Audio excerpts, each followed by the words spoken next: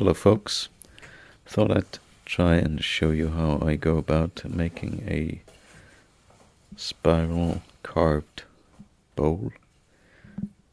As you can see, it starts before this point in the process. It starts on the lathe and making a hollow form bowl. I might make a video of that someday, but I'm not all that much into the right ways of wood turning. I just try, and so I might be doing something that's not appropriate, and so I don't want to teach anybody how to do that. But I've been carving these spiral-shaped bowls for a couple of years, on and off, and I thought I'd try and show how I go about it. So you take your hollow form bowl and then you try and divide it evenly, and this one it's 24 arms. You try and space out, and on this one I go 2 points to the side. That's like 30 degrees angle to the side, and then back again on top of it. And part of this project is as well making the feet on the bowl. So it has 3 feet at the bottom that it stands on instead of the ring there. So I'm going to carve some of that off.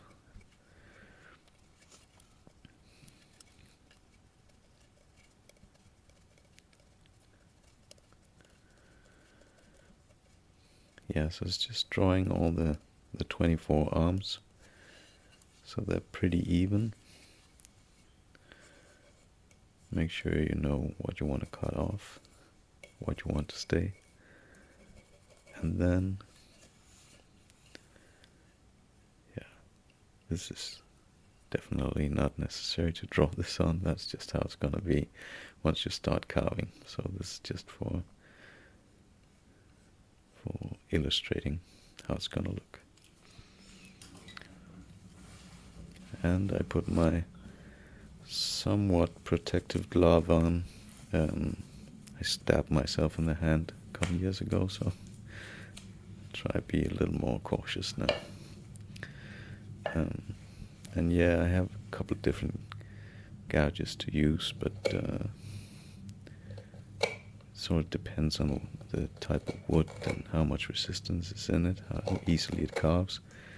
And this, I think this wood is beech, and it's a little harder than what I usually carve. And so my weapon of choice here is the smallest gouge I have, which is I think 12 millimeters, swan neck,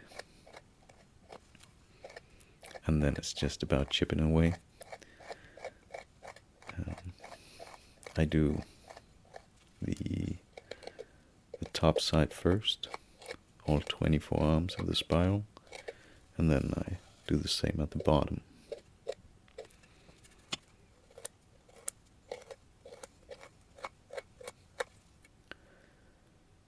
And it is just the same, just chipping away. And just, of course, on a round bowl like this, you're gonna be faced with differing grain orientation all the time. It just changes from spiral arm to spiral arm, and sometimes within one spiral arm it goes from one orientation to another, and you just, yeah, you go with the flow, feel what's right, and if something feels wrong, try something else. I don't have any big theoretical knowledge to turn to tell me what is right and what is wrong. in this process. It is just about feeling your way around it. See what works and see what doesn't work. And if something doesn't work, then try something else.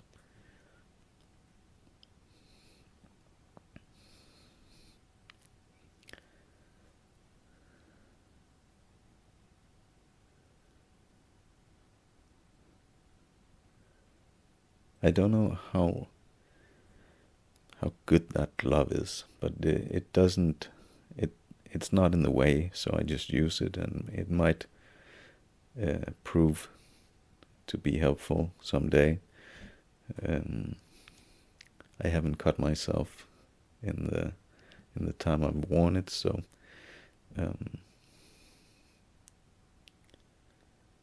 but I don't think it would sustain a stab like I accidentally had a couple of years back.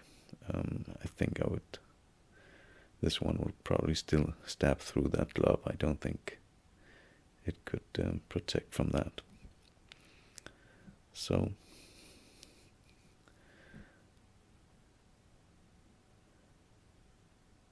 switching to the bottom now, and of course, forgot the glove. And I'm sitting in the hexagonal cabin that I've introduced in earlier videos on this channel, and I will definitely take you on a round trip in the cabin on a video someday.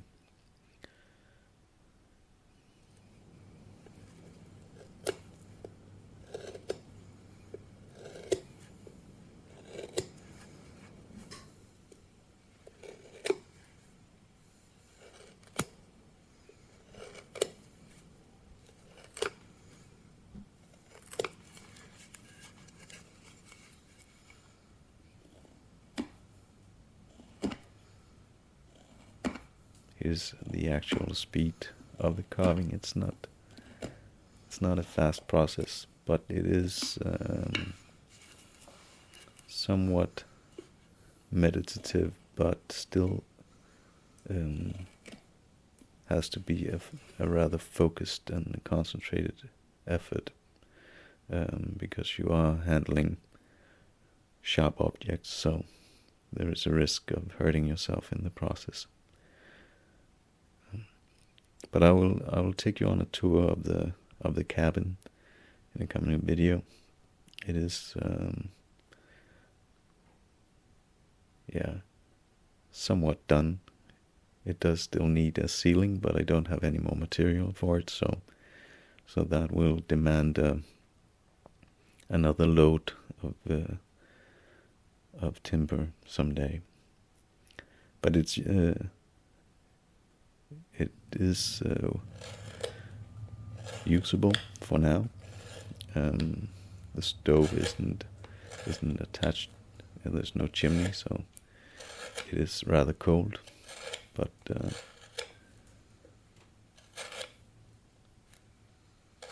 as long as you're carving, you're not too cold.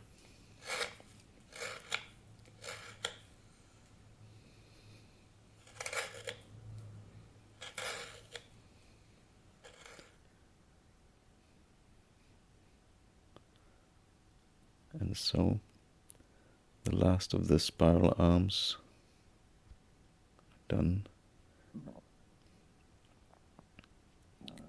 from the bottom, and then what remains is the feet and a little bit of trimming up in the opening on top.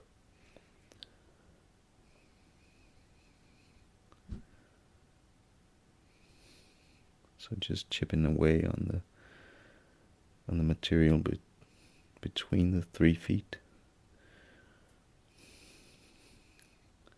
and as well with an axe here. And the clothing is not to protect the the shave horse, it's to protect the carved spiral arms on the bowl. The shave horse is made of oak, and so I think it's a little harder than the beechwood I'm carving. And then again, it's just chipping away.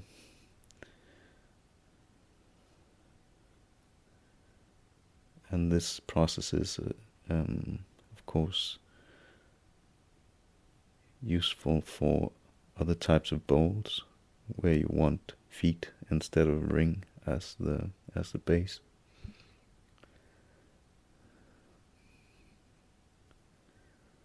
Depending on how it's done, it can give some lightness to a bowl.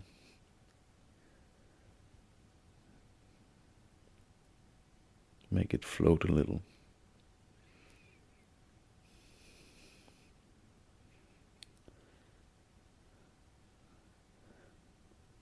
And here I'm just drawing the extension of the spiral arms towards the center. Of course, you don't have to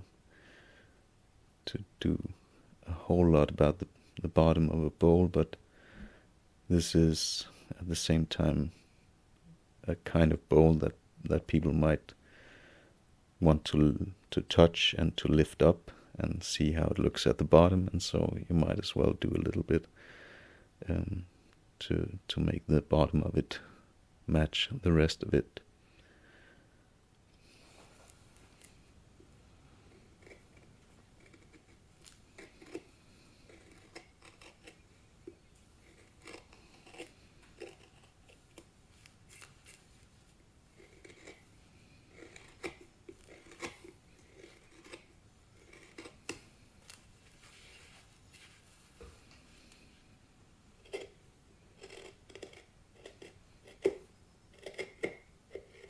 There it is.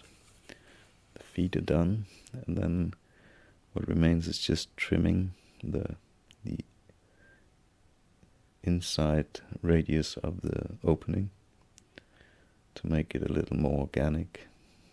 Sort of carve some V shapes for each of the spiral arms. And there it is.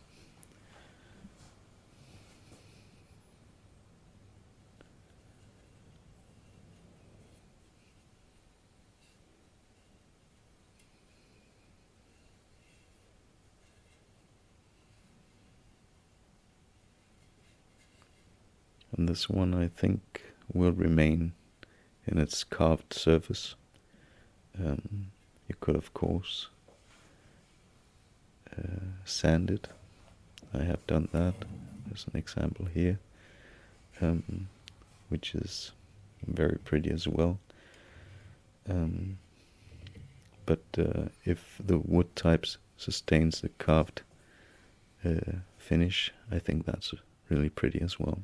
I'm very happy about this, and so see you on the next one.